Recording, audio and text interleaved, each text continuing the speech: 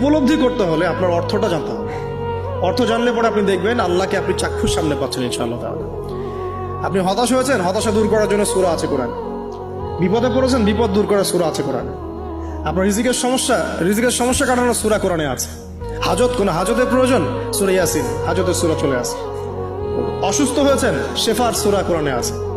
বা কাউকে জিন টোনা করা হয়েছে, বানটোনা করা হয়েছে, ওর শেফাও কোরআনে আছে। এমন কোনো বিষয় নাই যেটা আল্লাহ রাব্বুল আলামিন কোরআনের মধ্যে নাজিল করেন নাই। ব্যবসা করতে চান, কোরআন কথা বলবে, ঠিক আছে? আপনি সামাজিক বিষয়ে ডিল করতে চান, সূরা হুজুরাত কথা বলবে। আপনি ইতিহাস ভালোবাসেন, কোরআনে ইতিহাস দিয়ে ভর্তি করা আছে। আপনি কাব্য ভালোবাসেন, কবিতা পড়তে ভালোবাসেন, কোরআনের মধ্যে কবিতা দিয়েও ভর্তি আছে। আর রহমান আল্লামাল কোরআন খালাকাল ইনসান, এখানে ছন্দ আছে না? প্রত্যেকটা ছন্দ। ওয়ান নাজমি ইযা হাওয়া মা দাল্লা সাহিবুকুম ওয়া মা গাওয়া ওয়া মা ইয়ানতিকু আনিল হাওয়া, ছন্দ আছে না? আপনি উপন্যাস ভালোবাসেন, কোরআনে অনেক উপন্যাস আছে। পড়াই যা চান তাই পাবেন কোরআনে। এক কথায় আপনি আল্লাহকে পাবেন কোরআনের মধ্য দিয়ে।